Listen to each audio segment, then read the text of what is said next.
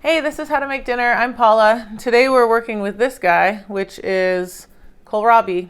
So it's kind of not that popular around where I live, but they're really good. And they taste, to me, they just taste like broccoli stem.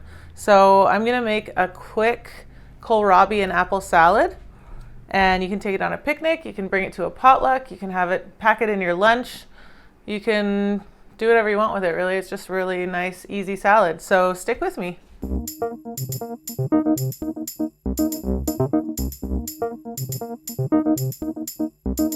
So kohlrabi, it's a member of the broccoli family. Broccoli, cabbage, cauliflower. It's the brassica family.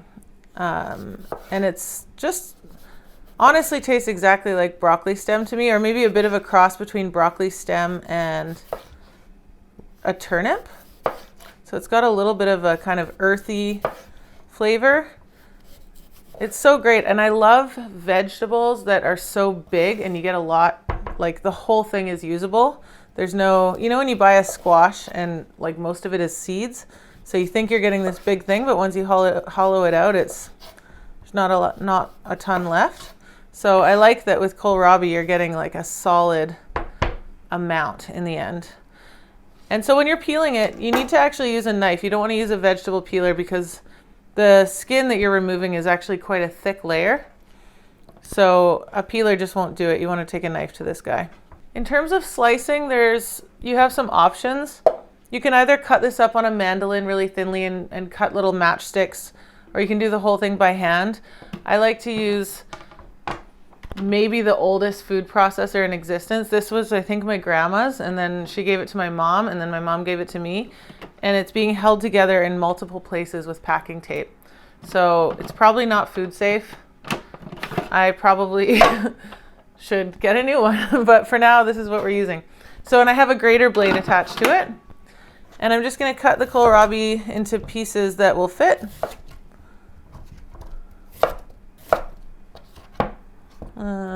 Maybe like that, and then just feed it in.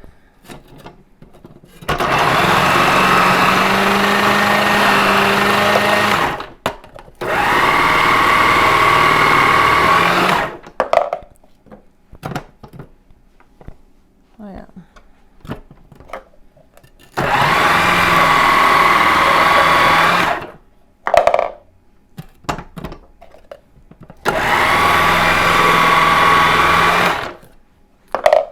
And while that's still in there, I'm just gonna top it off with some apple. I'm gonna put 2 apples in. This isn't really a recipe, by the way. This is more of a use your own judgment kind of ratio thing. I think 2 apples for that kind of big juicy kohlrabi is about right. And that was a really juicy one, by the way. Sometimes they're a bit drier, but this is a nice one. Chuck these in.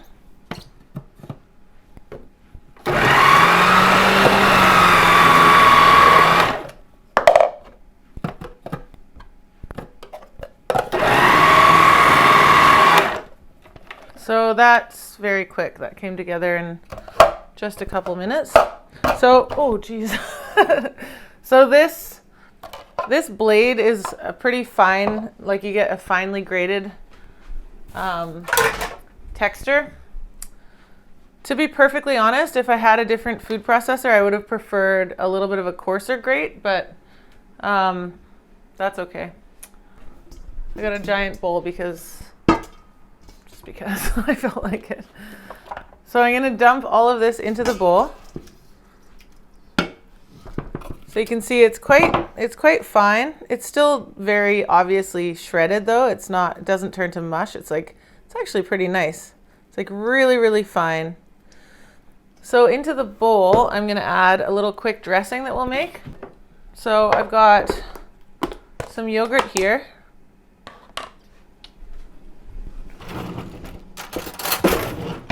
Grab a spoon.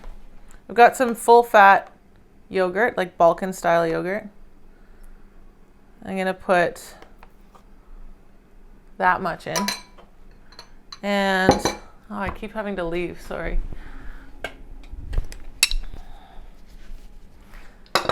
And I've got 1 lemon. So I'll squeeze that in. I'm going to use this cool thing. In any competition, this juicer wins in speed. It doesn't win in terms of like getting the most juice out. Those ones that you kind of do by hand usually tend to get the most juice out because you get all the, the actual pulp and stuff. But these guys are so fast. That's why the bartenders use them. And quite a good pinch of salt. Like a 4-finger pinch. And plus a little bit. Salt is it's just the thing that makes food taste good. You just need it. And you know what? When you're making food from scratch, you're saving so much salt. Like you're not getting all the salt of the prepared foods, and like canned foods, all that stuff has so much salt in it. And fast food and restaurants, you have no idea. Cooking for yourself you're guaranteed to have less salt in your diet. So I'm going to dump that in. And if you think you have too much, just hold a little bit back. You can always put it in the fridge in a jar and use it another day. And then the last thing is some fresh dill, because this stuff is amazing. I feel like I've been using fresh dill in a lot of these videos lately because I'm obsessed with it. I just want it in everything that I eat. So that's a good amount. I love fresh dill in scrambled eggs. I love it with smoked salmon. I love it in things like this salad. I love it in like beet salads, stuff like that. So good. So refreshing. So this is a good handful. So I'm curious to know if you've used kohlrabi before and in what applications you've used it before. It's really good for eating raw, but it's also really good roasted. And you can do things like make kohlrabi fries, like oven fries, which is really nice. It's great for a soup, like a blended soup. Basically anywhere you could use potato. No, but you can also eat it raw, so it's not exactly like potato. It's just great. It's very versatile.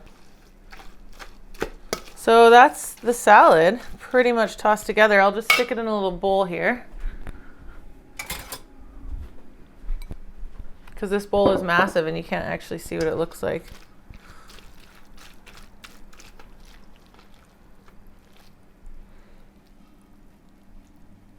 So again, you don't have to have it this finely shredded. This is quite a fine texture, but I think it's pretty nice. And there you have it. So that's a really fast kohlrabi and apple salad with dill. Oh my God, it's so good. It's so crunchy. And it's got that little turnipy kind of earthy flavor, but with the apple, it's just 10 out of 10. So I hope you try it and I hope you love it. And if you do make it, please let me know by tagging me in your Instagram pictures or, commenting below, or just, there's lots of ways to be in touch with me. And that's that. So I'll see you next week. Thanks for tuning in.